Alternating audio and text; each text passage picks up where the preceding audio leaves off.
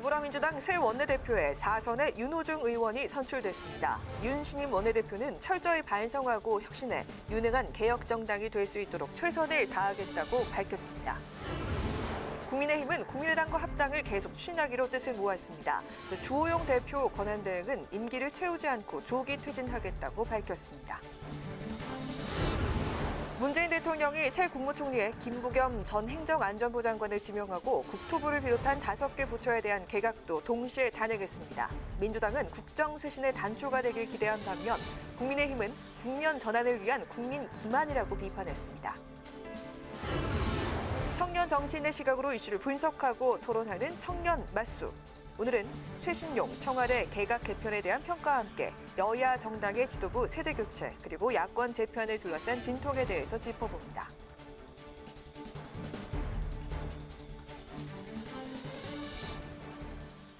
여러분 안녕하십니까? 4월 16일 의정 종합뉴스 뉴스엔 시작하겠습니다. 더불어민주당 신임 원내대표의 친문 핵심 인사인 윤호중 의원이 선출됐습니다.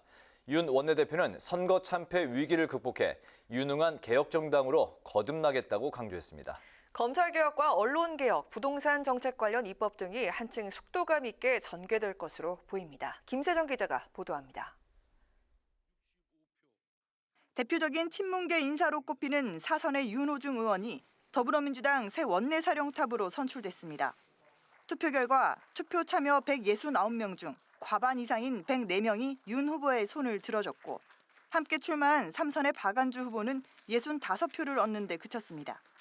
윤호중 신임 원내대표는 서울대 철학과 재학 당시 학생 운동을 한 86그룹이자 친노 친문 핵심 4선 의원으로 지난 17대 총선에서 열린우리당 소속으로 당선돼 국회에 입성했고 당 대변인과 정책위의장, 총선 기획단장 등으로 활동했습니다. 일각의 친문 후퇴론에도 불구하고 당 사무총장과 국회 법사위원장 등 요직을 거친 윤 의원에게 안정 속 혁신을 바라는 표심이 집중됐다는 분석입니다. 윤 신임 원내대표는 당선 소감에서 민주당을 다시 국민의 사랑을 받는 정당으로 만들겠다고 목소리를 높였습니다. 빨리 보선 패배의 늪에서 벗어나서 일하는 민주당, 유능한 개혁정당으로 함께 가자는 뜻으로 받아들이겠습니다. 윤 신임 원내대표가 경선 과정 내내 그리고 경선 당일인 오늘도 강조한 건 흔들림 없는 개혁입니다. 지금 개혁하지 않으면 언제 하겠습니까? 검찰개혁, 언론개혁, 많은 국민들께서 염원하시는 개혁 입법을 흔들리지 않고 중단 없이 추진하겠습니다. 국민의힘의 원구성 재협상 요구에 대해선 2년차 원내대표에게는 원구성 협상 권한이 없다며 선을 그었고 차기 국회 법사위원장 자리는 민주당 내에서 찾겠다고 밝혔습니다. 윤 신임 원내대표는 앞으로 1년간 차기 당대표와 함께 집권 여당을 이끌고 정부 청와대와 호흡을 맞춰 문재인 정부 임기 말 국정과제를 완수해야 할 책임을 맡게 됐습니다. 국회방송 김세정입니다. 국민의힘이 오늘 의원총회에서 국민의당과 합당을 결의했습니다. 합당 절차에 대한 윤곽은 국민의당 당원 의견 수렴이 끝나는 다음 주 금요일 이후에 나올 것으로 보입니다. 보도에 임채원 기자입니다.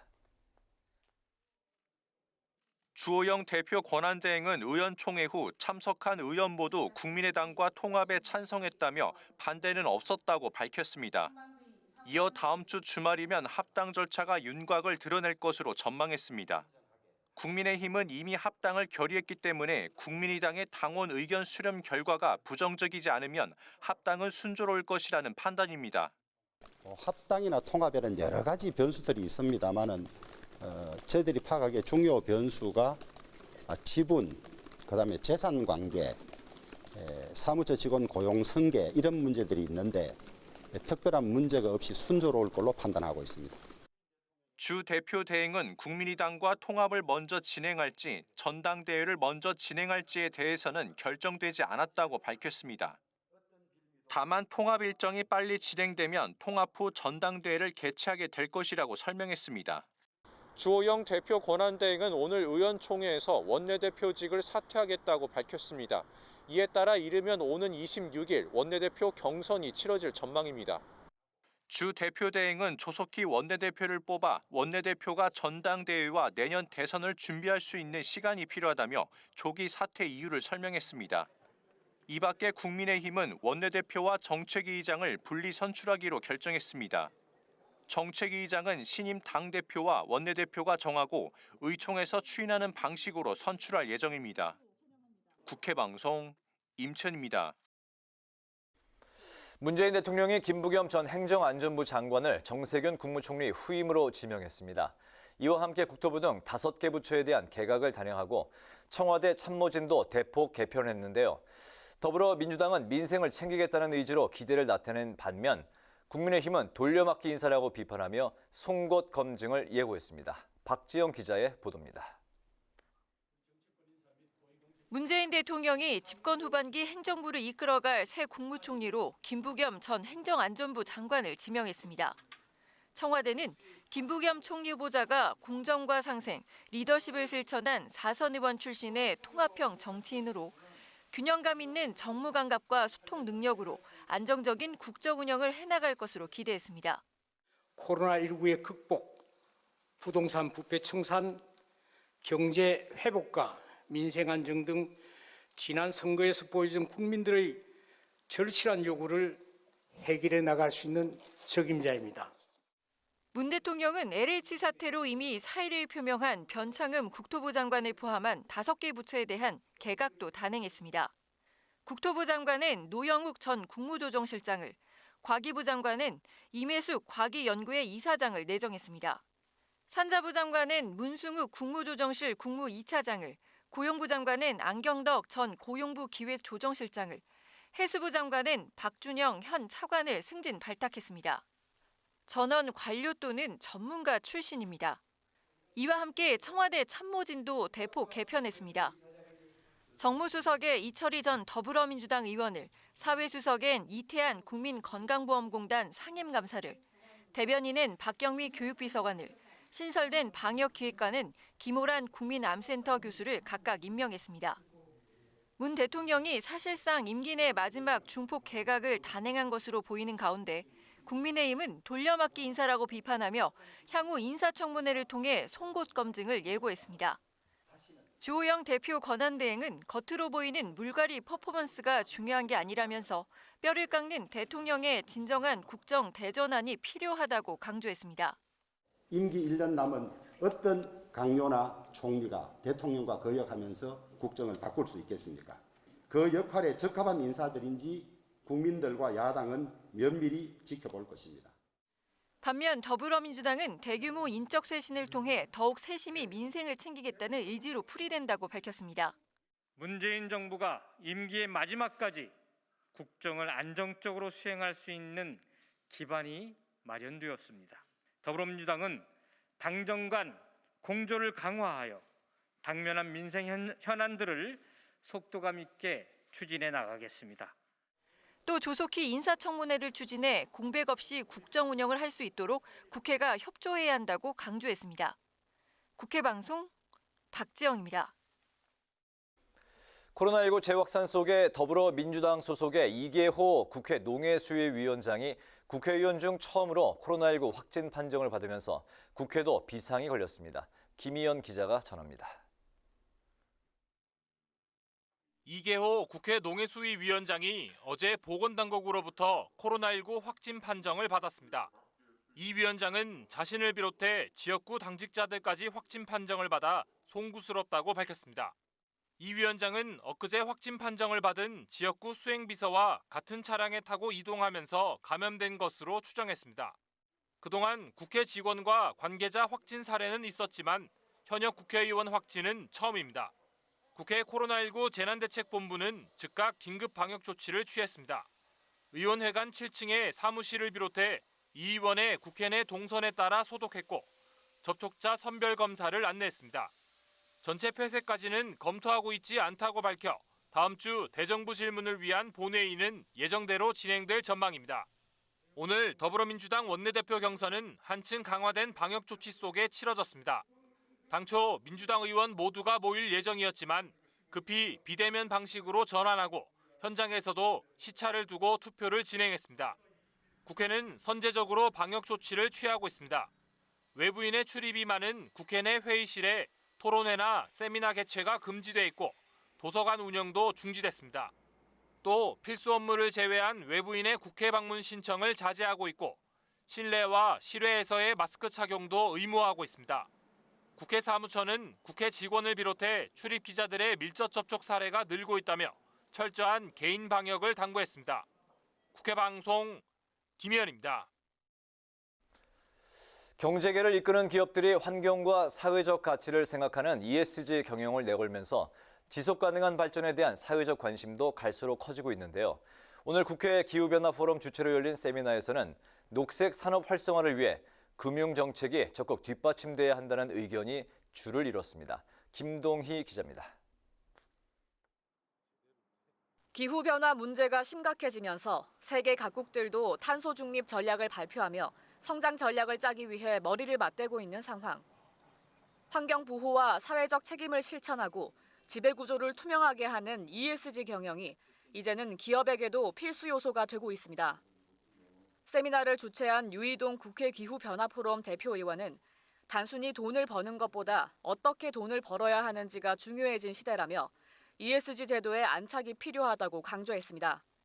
기후위기가 초래할 심각한 영향에 우리가 주저하면서 머뭇거리기보다는 환경, 사회, 지배구조라는 전방위적 요소에 능동적으로 대응해서 기회로 활용하는 것이 필요한 때이라고 생각합니다. 세미나에서는 그린 뉴딜과 같이 일자리를 창출하는 성장 전략을 뒷받침하기 위한 금융 전략에 대한 계획이 공유됐습니다. 산업은행에서도 녹색금융을 준비를 하고 있고요. 내부적으로 조직도 정비했고 그리고 최근에는 탄소 스프레더라는 기업들의 탄소 감축 활동을 도와주는 5조 원 규모의 상품도 출시했고요. 사업 규모가 큰 녹색 산업 발전을 위해 금융에서는 민간 투자를 끌어들이는 게 중요한데 초기 위험을 감당할 수 있는 정책 금융이 필요하다는 의견도 나왔습니다. 또 전문가들은 사회적 가치가 개인과 조직에서 나아가 사회 공동체, 미래 세대를 위한 가치로 확장하고 있다며 기업의 ESG 정보 공개를 확대하고 사회적 책임을 의무화하는 과정이 필수적이라고 밝혔습니다. 참석자들은 기후위기에 대응하며 지속 가능한 발전을 하기 위해서는 정부와 금융당국의 노력만으로는 부족하다며 사회 구성원 모두의 적극적인 참여가 필요하다는 데 입을 모았습니다. 국회 방송 김동희입니다. 세월호 참사 7주기인 오늘 정치권이 일제히 희생자들의 넋을 기리고 추모했습니다. 더불어민주당은 논평을 통해 다시는 이 같은 불행이 일어나지 않도록 안전한 대한민국을 만들고 참사 책임 규명에 최선을 다하겠다고 강조했습니다. 국민의힘은 희생자들의 영면을 기원하고 세월호의 아픔을 정치적 이익이나 사익 추구에 이용하는 행위에 단호히 대처할 것이라고 밝혔습니다. 한편 안산에서 열린 세월호 참사 7주기 기억식에는 여야 지도부가 함께했는데 특히 국민의힘 지도부는 정부가 주관하는 세월호 추모식에 5년 만에 참석했습니다. 국회 보건복지위원회 여당 간사인 더불어민주당 김성주 의원이 코로나19 방역과 백신 대책에서 정부와 결을 달리하려 하는 일부 지자체장들을 비판했습니다. 김 의원은 자신의 SNS에 서울과 부산시장은 방역 조치를 완화하겠다고 하고 경기지사는 아예 백신 도입을 검토하겠다는 등 방역 백가쟁명 시대가 열린 것 같다며 일부 지자체장들의 즉흥적 이벤트는 코로나 위기 극복에 장애만 조성할 것이라고 주장했습니다. 앞서 이재명 경기지사는 경기도에서라도 다른 나라에서 사용 중인 백신을 도입해 접종할 수 있을지를 독자적으로 검토 중이고 오세훈 서울시장은 영업시간 연장을, 박형준 부산시장은 5인 이상 모임 금지 완화 추진을 검토하고 있다고 밝혔습니다.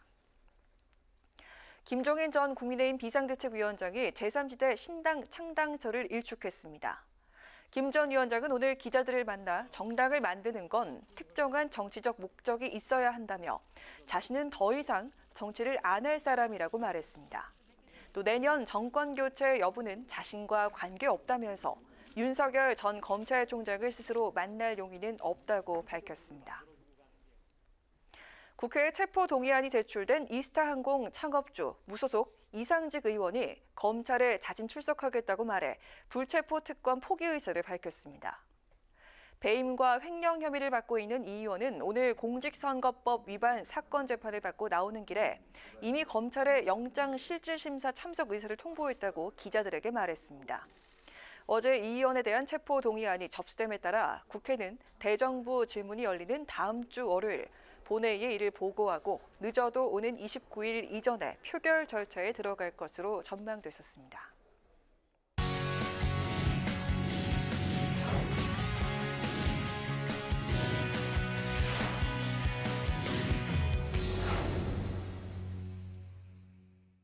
네, 이슈 분석 한도영 기자와 함께합니다. 한 기자 어서 오십시오.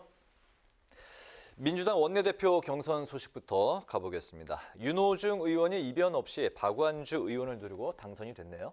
네, 그렇습니다. 지난 재보궐선거 패배 이후에 쇄신 바람이 불면서 박완주 의원에게 승산이 있는 거 아니냐 이런 이야기가 나왔었는데 네. 막상 결과를 보니까 친문으로 분류되는 윤호중 의원이 무난하게 승리를 했습니다. 그러니까 민주당은 다음 달 2일에 당대표 경선도 앞두고 있습니다. 5선의 송영길 그리고 4선의 우원식, 홍영표 의원 이렇게 3파전으로 진행이 되는데 일반적으로 홍영표 의원은 친문 그리고 송영길, 우원식 의원은 범친문계로 분류가 됩니다. 네. 따라서 내년 대선을 준비할 민주당 지도부는 친문 혹은 범친문계 인사들로 채워질 것으로 보입니다. 네.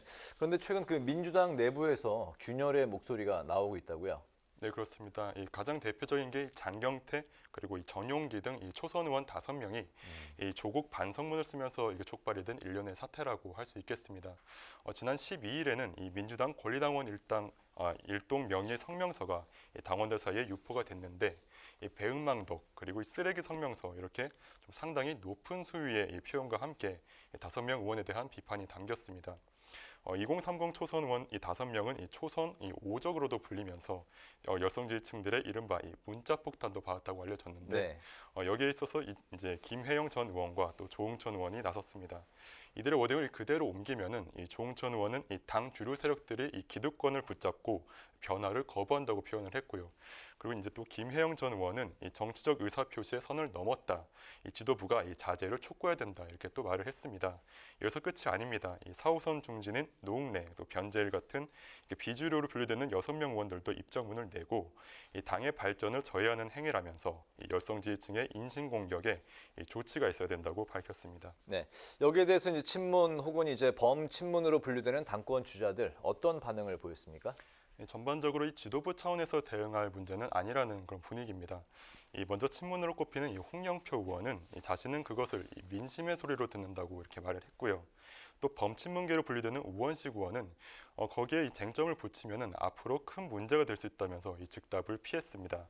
또 송영길 의원은 바람직한 행태는 아니라고 하면서도 개혁 에너지로 승화시켜야 된다고 말을 했습니다. 아무래도 선거에서 패배하면서 친문을 중심으로 한 기존에 당당했던 응집력에 균열이 생긴 게 아닌가 이런 분석이 나오는데 차기 당대표가 누가 되고 그리고 이 문제는 앞으로 어떻게 대응해 나갈 것인지 좀 지켜봐야 될 것 같습니다. 네, 이번에는 그 야당 쪽으로 가보겠습니다. 김종인 전 국민의힘 비대위원장과 금태섭 전 민주당 의원이 오늘 오전 회동을 가졌는데 어떤 이야기들이 오고 갔는지 전해지고 있는 게 있나요? 네, 그렇습니다. 금태섭 전 의원은 이미 창당을 공식화했고요. 그리고 김종인 전 비대위원장은 새로운 정치 세력의 등장이다. 이렇게 좀 긍정적인 입장을 밝힌 상태죠. 그러니까 여기에서 제3지대에서의 창당 공감대가 높은 상태에서 만난 건데 화면을 보시면은 지금 회동 장면 사진인데 서울 중구의 한 호텔에서 1시간 정도 진행이 됐고요. 김종인 전 비대위원장은 이 자리에서 신당 창당 계획을 듣고 또 몇 가지 조언을 했다고 합니다. 김 전 비대위원장은 특히 새로운 정당으로 낡은 정당을 대체해야 된다. 민주당과 국민의힘을 깨야 한다고 이렇게 말한 것으로 알려졌습니다.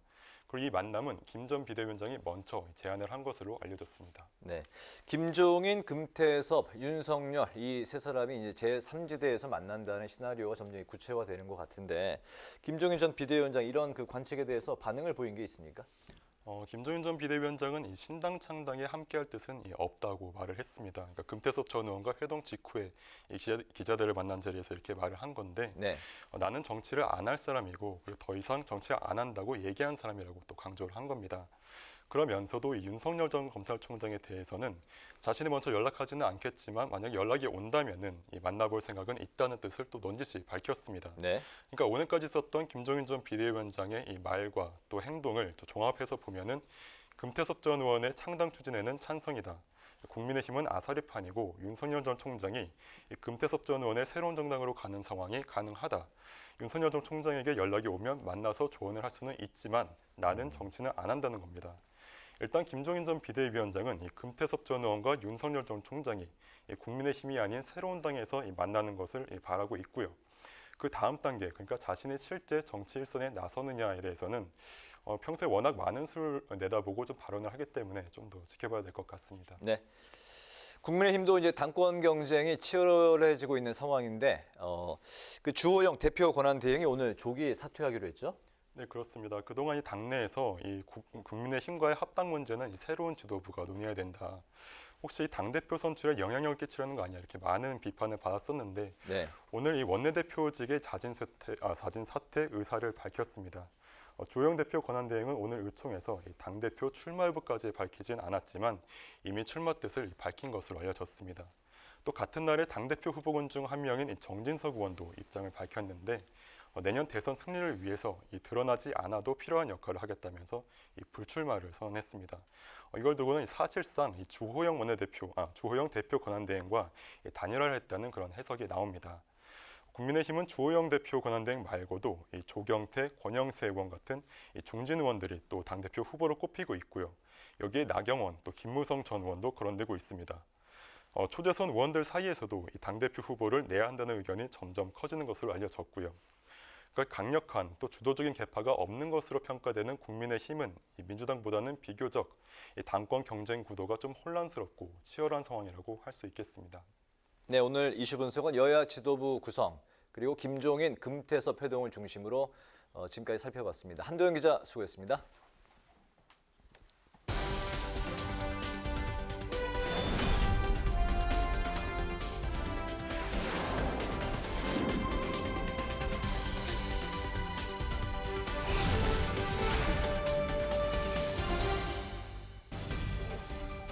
강아랑의 정치톡 시간입니다. 4월 16일 시선을 집중시킨 정치 뉴스는 무엇이었는지 만나보시죠. 오늘의 첫 번째 정치톡, 이 남자를 잡아랍니다. 4.7 재보궐선거에서 민주당이 참패한 원인으로 꼽힌 이 남자. 바로 20대 남성들의 마음을 되돌리기 위해서 더불어민주당이 두 발 벗고 나섰습니다. 여당 소속의 초선 의원들이 군복무 경력을 공공부문 채용 및 인사평가에 반영해야 한다고 주장하고 나선 것인데요. 이번 선거에서 확인된 20대 남성들의 민심을 되돌리기 위해 군 가산점제 제도입 카드를 꺼내든 것입니다. 헌법재판소는 1999년 군 가산점제가 여성과 장애인 그리고 군 미필자에 대해서 헌법상 보장된 평등권과 직업선택의 자유를 침해한다며 위헌 결정을 내린 바가 있는데요.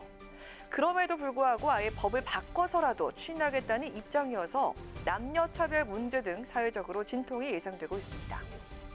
민주당 전용기 의원은 공기업, 공공기관 승진평가 시 병역 의무 이행 경력을 반드시 반영하도록 하는 내용의 제대군인 지원법을 대표 발의할 예정이라고 밝혔는데요. 전 의원은 개헌을 해서라도 전역 장병이 최소한의 보상을 받을 수 있도록 만들어야 한다며 20대 남성 희생에 대한 국민 열망에 답하는 것이 국회의원의 의무라고 덧붙였습니다. 이어서 김남국 의원도 군복무를 마친 전역자들이 정당한 대우를 받을 수 있도록 노력하겠다며 군에서의 전문 경력이 인정될 수 있도록 법적 근거를 마련하겠다고 밝혔습니다. 한편 김 의원은 한 라디오 방송에 나와서 20대 남성을 위한 메시지를 내기도 했습니다. 그 내용 직접 들어보시죠. 공탐직 사건, 미투 사건 여러 가지 이제 사건이 겹치면서 이제 남녀 갈등이 이제 계속되었다라고 생각이 되는데요. 그 과정 속에서 정부가 여성을 우대하는 정책을 피는 거에 대해서 남성들은 역차별당했다라고 생각을 하는 겁니다. 그러한 어떤 부당함도 이번 민심에 반영되었다라고 생각이 듭니다. 군 가산점제는 제도 폐지 이후 정치권에서 여러 차례 재도입을 추진했지만 별다른 결론을 내지 못한 채 논란만 야기했었습니다. 이 남자를 잡기 위해 민주당이 야심차게 내놓은 군 가산점제 부활카드, 과연 등 돌린 20대 남성들 마음을 달랠 수 있을까요? 이어서 두 번째 정치톡은 묘하게 끌리냅니다. 힙합 음악이 하나의 문화로 자리 잡으면서 강렬하고 반복적인 리듬에 맞춰 읊듯이 노래하는 대중음악이죠. 바로 랩을 통해서 자신의 생각과 주장을 솔직하게 밝히는 이들이 무척 많아졌습니다. 왠지 힙합 그리고 랩과 거리가 멀어 보이는 정치권에서도 랩에 도전한 주인공이 있습니다. 바로 국민의힘 태영호 의원인데요. 지난 재보선 지원 유세에서 랩을 시도해서 신선한 충격을 안겨준 바 있습니다. 태 의원은 오늘 아침 한 라디오 방송에 나와서 랩 유세를 하게 된 배경과 숨겨진 랩 실력을 뽐내서 눈길을 끌었는데요. 그 내용 직접 확인해 보시죠. 일단 주목을 끄는 게 저는 대단히 중요한 선거운동 방식이다. 사람이 일단 누가 웃는다든지 좀 미친놈 아니야? 뭐 이런 이야기. 이 랩의 핵심은 이 숫자 2번이라는 걸 각인시키는 겁니다. 2번에는 2번 일세, 2번 찍어 이겨내세, 2번 많이 이기는 길, 2번에는 2번 일세, 2번 선거, 2번 찍어 이 나라를 이어가세, 2번 세운, 2번 세운 뭐 이런 거죠. 계속 잊자. 북한 최고위급 외교관 출신인 태 의원, 1962년생으로 올해 나이 60세입니다. 솔직히 음치에 몸치여서 많이 연습했다며 오세훈 서울시장이 당선된 걸 보면서 이런 유세 전략이 성공한 것이라고 덧붙였습니다. 태 의원은 이어서 김종인 전 위원장이 국민의당의 통합 문제로 내용을 겪는 국민의힘을 아사리판이라고 한 것에 대해서 좀 지나친 판단이란 입장을 밝히기도 했는데요. 우리는 자유민주주의 정당이기 때문에 경쟁의 방식을 통해 선출한다며 경쟁이란 건 치열한 논쟁이 따를 수밖에 없다. 이건 아주 아름다운 경쟁이라고 강조했습니다. 자신의 유튜브 채널을 통해서 랩은 물론 먹방까지 선보이고 있는 태 의원. 젊은 세대들과의 소통을 위해서 망가짐 따윈 상관없다는 그의 다음 행보는 과연 무엇일까요? 지금까지 강한학의 정치톡이었습니다.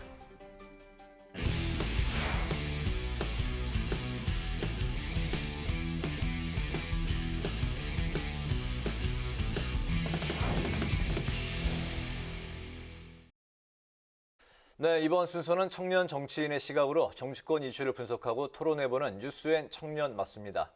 남다른 관점으로 날카롭고 뜨거운 토론을 펼쳐주실 두 분, 권지웅 더불어민주당 청년 대변인, 이준석 전 국민의힘 최고위원 나오셨습니다. 어서 오십시오. 어서 오세요. 반갑습니다. 네, 첫 번째 질문 드리겠습니다. 오늘 유독 정치권의 소식이 이제 많았던 날이었는데 문재인 대통령이 오늘 대대적인 인적 쇄신 카드를 꺼내 들었습니다. 세 번째 총리로 김부겸 전 행안부 장관을 지명을 하고 내각과 청와대 참모진 동시 교체에 나섰는데 재보선 참패 이후 이런 인적 쇄신이 국정 동력을 회복할 수 있을까요? 어떻게 보십니까? 우선 이번에 이제 장관뿐만 아니라 총리 그리고 이제 비서진까지 이렇게 개각을 인사를 개편했는데 저는 우선은 일단은 긍정적이라고 봅니다. 그러니까 기존의 어떤 친문이라고 하는 것을 좀 벗어나는 그리고 특히 김부겸 총리로 지명된 그 전 장관이나 아니면 이철희 정무수석이 될 내정자로 된 분이나 이렇게 보면 소통이나 이렇게 통합적 어떤 행보를 좀 해왔다고 보여져요. 그래서 그런 면에는 기대가 되고, 근데 인사만으로 지금 사실은 이제 정부가 가지고 있는 되게 어려운 것들이 있습니다. 부동산 대출 문제라든지 코로나 방역 문제라든지 혹은 아니면 자영업자 손실보상 문제라든지 이런 난제들을 풀 것으로 딱 예견되기는 어렵기 때문에 그것은 더 지켜봐야 되지 않을까 싶습니다. 네, 이 위원님. 저는 이번에 인사에 있어서 김부겸 총리 내정자 같은 경우에는 탕평 인사를 한 것으로 보입니다. 그리고 저희 당에서도 의원 생활하셨고 전체적으로 중도 행보에 가깝게 행보해 오셨기 때문에 긍정적 평가합니다. 하지만 나머지 장관분들 같은 경우에는 사실 특색을 찾기가 어렵고 관료 출신이거나 교수 출신인 분이 대부분인데 이렇게 되면은 소위 정무적 감각이라든지 아니면 업무 추진력이라는 것은 좀 덜할 수밖에 없거든요. 그래서 이렇게 인선해놓고 앞으로 정책을 새롭게 추진하겠다 이런 말은 좀 어폐가 있습니다. 그래서 아마 정책은 이제 문재인 정부의 말년인 만큼 수습하는 형태로 가지 않을까 이런 생각을 하고요. 기본적으로 최근에 당청 간의 이견이라든지 아니면 또 이재명 지사 같은 지방 정부와 청와대 이견이 많이 노출되는 시기에 앞으로 이 내각이 잘 관리할 수 있을지 약간 우려가 되는 부분이 있다 이렇게 생각이 됩니다. 네. 네, 이번엔 여의도로 가보겠습니다. 여당 쇄신을 이끌 새 원내 사령탑 바로 윤호중 의원입니다. 박원주 의원 새 간판론이 펴지는 듯 했지만 결국에는 유니언 대세론이 힘을 받았는데요. 친문계 유니언에게 원내 지휘봉을 넘긴 이미 어떻게 보십니까? 저는요 이게 선거에 지고 나면은 보통 간판을 갈아 끼웁니다. 네. 그게 항상 준비되어 있는 당은 순탄하게 이런 위기를 극복할 수 있거든요. 과거에 이제 한나라당 또는 새누리당이 위기에 있었을 때는 친박과 친이가 번갈아 가면서 이제 국민들에게 선보이면서 여당 내에도 야당이 있는 모습, 언제나 대체주자가 있는 모습을 보여왔었거든요. 근데 이번에 민주당 같은 경우에는 서울과 부산이라는 양대 도시에서 괴멸적 패배를 당했음에도 불구하고 결국에는 얼굴이 바뀌지 않았거든요. 사실 이번 패배에 저는 민주당 입법 독주도 상당한 역할을 했다 봅니다. 왜냐하면 정책을 펼치는 과정 속에서 야당이나 아니면 다른 국민들, 생각이 다른 국민들과 소통하는 모습보다는 우리가 180석이야, 그러니까 우리가 밀어붙이겠어, 이런 모습을 많이 보여줬었는데 그것의 주력이었던 사람 중에 하나가 법사위원장 역할을 했던 윤호중 의원이거든요. 근데 이분을 더 높은 자리인 원내대표로 올렸다고 하는 것은 지금까지 독주 행보를 재판하겠다는 것인가, 이것에 대해서 심판했던 국민들에게 맞서겠다는 것이냐, 이런 인상을 줄 수도 있기 때문에 저는 다소 왜 민주당 의원님들께서 이런 집단적 사고를 하셨는지 의아합니다. 네.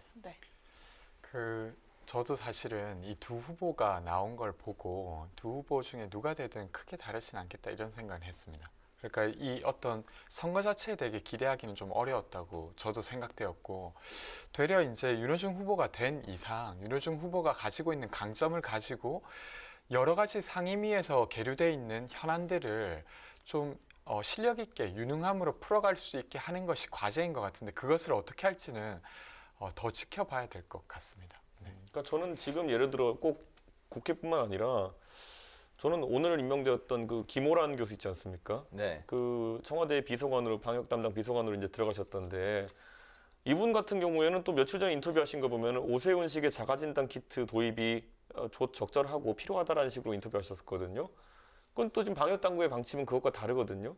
그럼 이런 것들이 굉장히 이견이 많이 노출될 수 있는 상황인데 과연 이걸 조정해낼 수 있을까? 아니면 거꾸로 이구동성으로 이제 사실 이제 중구난방식으로 나오는 그런 어떤 봉숭아학당 같은 분위기가 될지 저는 사실 오늘 인사 개편도 그렇고 원내대표 선출도 그렇고 다소 좀 걱정이 됩니다. 저는 그래도 방역기획관을 따로 두어서 그것을 전담할 수 있는 인력을 배치한 것, 이것은 그 방역 문제를 좀 더 잘 풀기 위한 적절한 조치였다고 생각합니다. 그러니까 저는 인식이 혹시라도 지금 그러면 정은경 처장 하에서 있는 질병관리본부청 거기가 이제 잘못하고 있다는 판단 때문에 그렇게 하는 것인지, 왜냐하면 거기가 컨트롤 타워라고 분명히 얘기했거든요. 근데 청와대에 따로 그것을 담당하는 사람을 둘 필요가 있겠느냐, 청와대가 직접 관리하겠다는 것이냐, 저는 이게 오히려 불신임처럼 비춰질까 봐 저는 이게 혼란을 줄 수 있다 보는 것이거든요. 물론 이제 질병관리청장님이 계시지만 네. 그 방역과 관련된 일이라고 하는 게 워낙 다양한 것이어서 저는 별도로 기획관 혹은 비서관을 두는 건 적절할 수 있다고. 당장 그래서 제가 여쭤봤던 게 자가진단 키트에 대해서 김오란 비서관 같은 경우에는 긍정적인 입장이고 지금 우리가 볼 수 있듯이 질병관리청 같은 경우에 혼란을 줄 수 있기 때문에 상당히 부정적인 입장이거든요. 네. 이러면 결국 여기서 우리가 보면 되겠죠. 누구 입장이 맞는 것으로 결론이 나는지, 어디가 컨트롤 타워인지 알 수 있겠죠. 근데 이제 이게 결과적으로 무엇을 도입하기 이전에 저는 의견을 낼 수 있다고 생각합니다. 그리고 그것 자체가 문제라기보다 그것이 어떤 일방적으로 혹은 아니면 합리적이지 않은 방향으로 결정될 때 그것이 문제인 것이죠. 그래서 누가 누구한테 이겼다 이렇게 보기는 좀 어렵지 않나 이런 생각은 듭니다. 네, 뭐 그쯤 할까요? 네. 다음 질문입니다. 더불어민주당 당대표 선거 레이스가 이제 3파전 구도로 확정이 됐는데 강성 당원과의 관계 설정에서 이제 각기 다른 목소리를 내고 있습니다. 송영길 의원은 거리두기, 홍영표 의원 껴안기, 우원식 의원은 무언급으로 각각 전략을 펼치고 있는데 어떻게 볼 수가 있을까요? 여기서 강성 당원이라 함은 어떤 조국 전 장관의 임명을 두고 거기에 대한 평가가 단일한 어떤 집단을 말씀하시는 거겠죠. 열성 당원이라고 하는 네. 요즘 뉴스에 많이.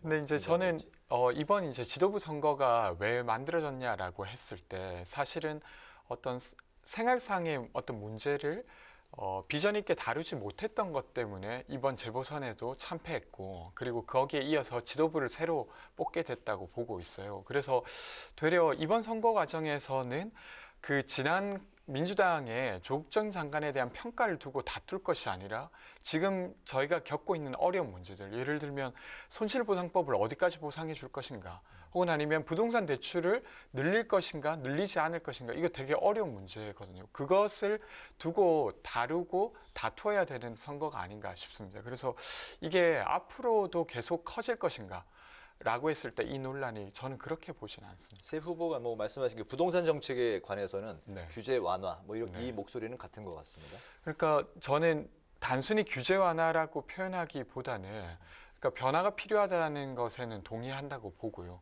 근데 그것을 어떻게 할 건가를 두고는 지금은 그냥 그 이제 10억짜리 집을 산다고 했을 때 5억만 빌릴 수 있는 것을 6억, 7억으로 늘릴 것인가 말 것인가 중심으로 논의되고 있어요. 근데 이거 외에도 부동산 정책의 정책 수단은 되게 여러 가지가 있거든요. 그래서 그런 것까지 포함해서 이야기해야 된다고 생각합니다. 네. 저는 민주당이 가진 정책적 수단들이 무엇인지 제가 대충 파악이 되거든요. 대부분의 정책이라는 것들이 과거 국민의힘 또는 새누리당이 주장했던 것들을 받아들이는 거라 좀 보거든요. 방금 말씀하신 빚내서 집 사라 같은 경우는 똑같은 겁니다. 그렇게 비판했었지만은 현실을 바라보고 나니까 말을 이제 식어내야 되는 상황에 와가지고 고민이 깊은 것 같은데 그런 건 좀 전격적으로 했으면 좋겠습니다. 예를 들어 박영선 후보가 저희가 지난주에도 언급했지만은 재건축 재개발 정책에 대해 가지고 35층 풀어주겠다, 강남 재건축 풀어주겠다 이런 얘기했던 것처럼 사실 정답은 민주당도 알고 있는 거거든요. 근데 지금까지 해놓은 말들이 있어가지고 급격한 전환을 못하는 것 같은데. 그런 어떤 뭐 염치나 이런 걸 따질 만큼 지금 부동산 시장이 녹록치가 않습니다. 지금 민주당이 만들어 놓은 현실은 세입자는 세가 올라서 힘들고 집 한 채 가진 사람들은 세금이 올라서 힘들고 집을 사려는 사람은 대출이 안 돼서 힘들고 거의 뭐 모든 주체가 힘들어하는 상황이기 때문에 이걸 풀기 위해서는 전격적인 조치들이 필요하다 이렇게 봅니다. 네, 여당의 최고위원 경선 레이스 막도 올랐습니다. 다양한 배경의 후보들이 도전장을 냈는데요. 2030 세대 의원들은 출마를 끝내 접었습니다. 결국 7명밖에 지원하지 않았는데 이거 어떤 이유라고 보십니까? 저는 기본적으로 뭐 여당에서 지금 2030 세대가 발을 내리기에는 2030 세대가 보통 초선 의원들이 많지 않습니까? 네. 이분들이 이번에도 메시지를 냈을 때 여론의 반향이 크지 않고 오히려 좀 두들겨 맞았던 것처럼 초선이 신선한 모습보다는 오히려 전위대 역할을 했다는 비판을 많이 받고 있어요. 그러다 보니까 지금 이런 당 지도부에 들어가려고 해도 사실 전위대 역할을 하는 사람들이 그렇게 되기는 힘들거든요. 과거의 젊은 세대가 뭐 저희 한나라당 시절에 진출했을 때 남경필, 원희룡, 정병국 이런 사람들이 대두됐을 때는 주류에 대한 저항 세력으로 인식되어 가지고 위치가 있었던 것이지 주류에 편승하는 그런 어떤 위치에서 그분들이 정치적으로 주목받는 적은 없거든요. 네. 그렇기 때문에 2030 세대가 더 이제 정치 의견 내려면은 잘못된 이야기를 하는 주류에 맞서는 이미지가 돼야 되는데 그런 분들이 나타나지 않았다. 저는 그리고 뭐 2030은 아니지만은 지난 서울시장 선거에서도 저는 박주민 의원 같이 좀 젊은 분들이 레이스에 뛰어들지 않을까라는 기대를 했었는데 민주당 당내 사정이 어떤지 잘 모르겠습니다만은 결국엔 출마를 포기하시더라고요. 저는 뭐 그런 어떤 내부적 사정이 있는지 모르겠지만은 그런 젊은 사람들의 역할이 좀 적어 보이는 건 사실이다. 밖에서 보기에. 네. 뭐 보신 것처럼 실제로 이제 이번에도 초선 의원들이 의견을 냈지 않습니까? 그리고 이제 젊은 의원들도 따로 의견을 냈는데 네. 물론 그것이 이제 전부 다 맞을 수는 없다고 저는 생각합니다. 근데 그럼에도 불구하고 큰 변화가 필요하다고 할 때 여러 가지 평가들을 공식적으로 내놓을 수 있어야 했는데 그 평가를 두고 그 내용을 가지고 논란이 붙은 게 아니라 그것 자체 그렇게 어떤 반기를 드는 것 자체로 되게 큰 위협을 받았던 것 같아요. 그러다 보니까 이번에 전당대회에서 최고위원을 뽑을 때도 사실 선뜻 용기를 내기가 쉽지 않았겠다 싶습니다. 네. 근데 저는 그것도 비겁한 얘기인 게 그렇게 해서 용기를 내 가지고 깨졌으면은 오히려 조금박해라고 했던 사람처럼 깨지고 다쳤으면 오히려 저희 야당에서도 어떤 그런 분들에 대해서 긍정적인 시그널을 보낼 텐데 말하자마자 바로 접었어요 또. 그 꼬리를 내렸어요. 그렇게 하는 순간부터 저는 진정성 의심받을 수밖에 없고 저라고 주류와 반대되는 의견 많이 안 냈겠습니까 야당에서. 뭐 부정선거하는 사람들 있으면 가서 토론까지 하면서 깨부수고 이렇게 하는 그런 그 과정 속에서 저도 비판 문자 많이 받고 욕도 많이 먹고 하지만은 그렇게 해야 된다고 생각하거든요. 근데 이번에 여당에서는 이례적으로 또 들이받았다가 끝까지 의견을 유지한 사람도 없어요. 네. 네.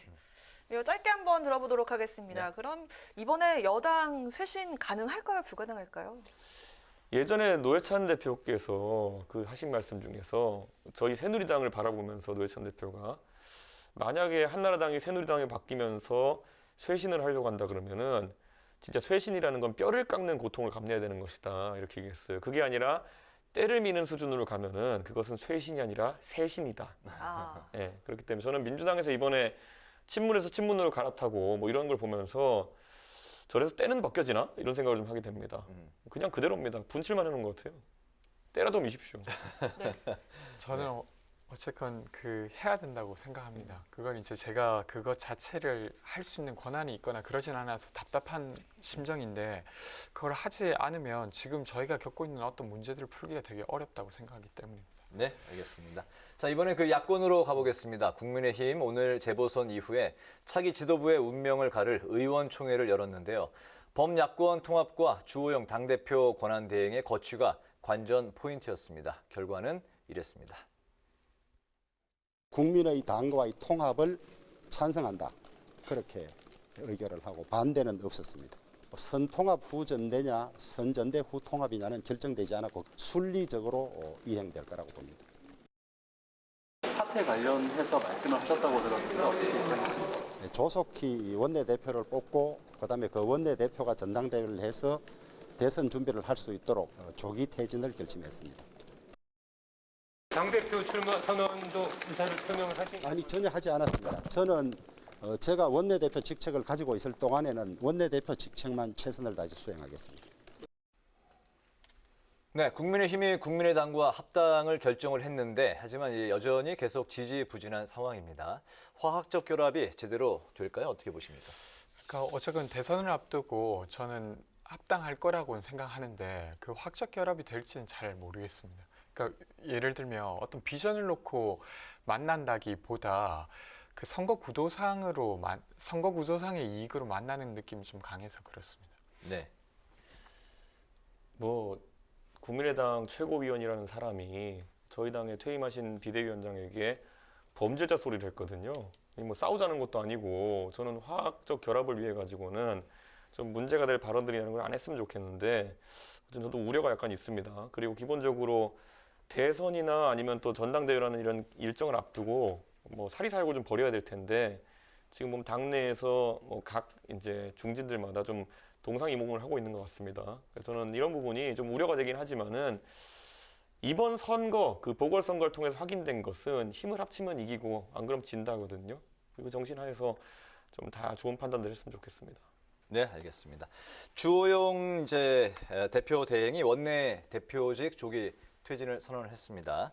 한마디로 당 대표 출마가 초읽기에 들어간 지가 또 관전 포인트인데 우리 이준석 전 최고위원도 당 대표에 출마할 의지를 제가 이렇게 정치적 언어로 저는 어떤 역할이 있는지 할 준비가 되어 있습니다.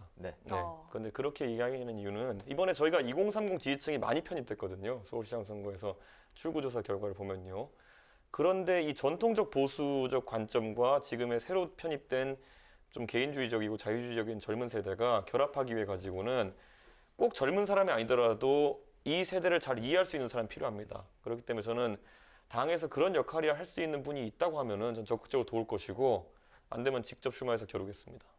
네. 네, 그럼 이 권 대변인님께 솔직하게 이야기를 한번 들어보고 싶은데 솔직하게 야당 적임자, 간판 적임자가 누가 돼야 한다고 생각하시는지. 이준석 전 최고께서 되면 아주 재밌을 것 같습니다. 저희 방송 어떡하고요?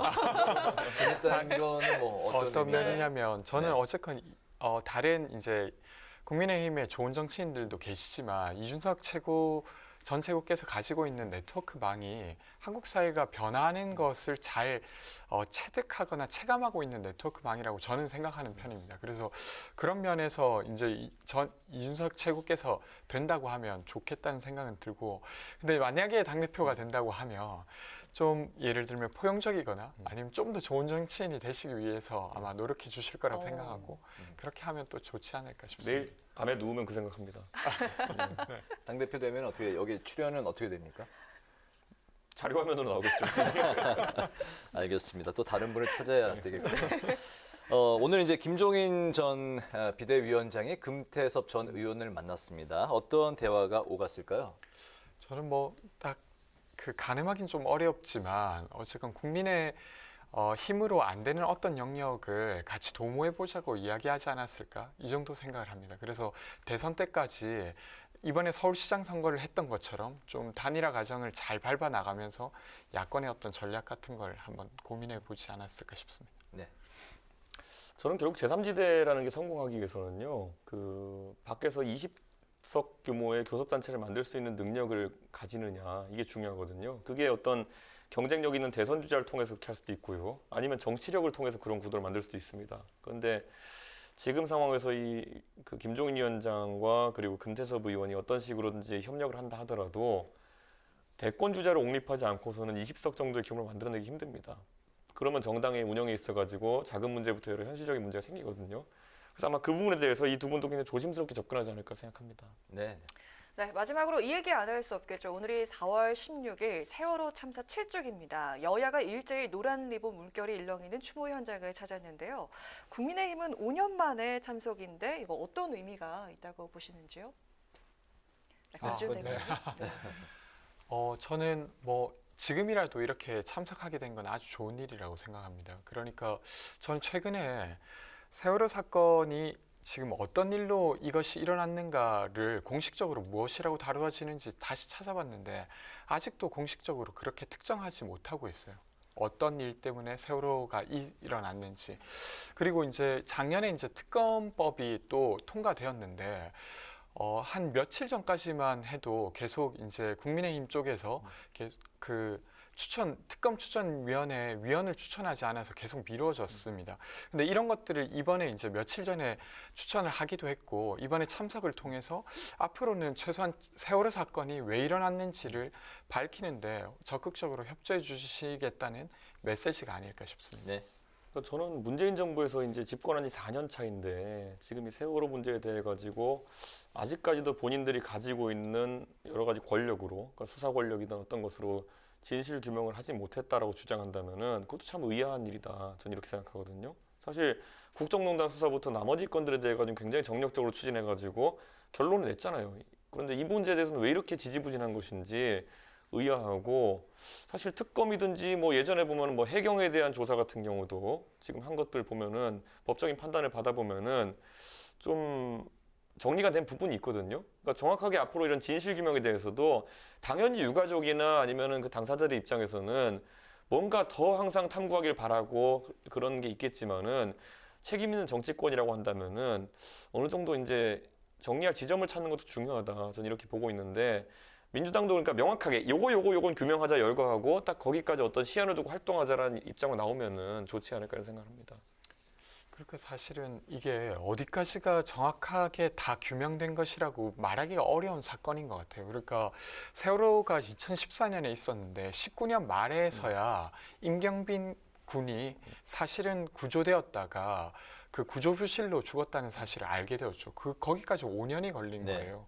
그 사이에 뭔가 조사를 안 했던 건 또 아닌데도 불구하고 이번에 특검으로 했던 부분도 전체 영역이 아니라 CCTV와 관련된 의혹들이 계속 있는데 이것을 이번엔 정말 끝까지 한번 들여다보자는 것이거든요. 그래서 저도 지금 단계에서 어디까지만 규명되면 다 된다라고 좀 말하기는 어려운 거 아닌가? 이 사건 자체가 이런 생각은 좀 듭니다.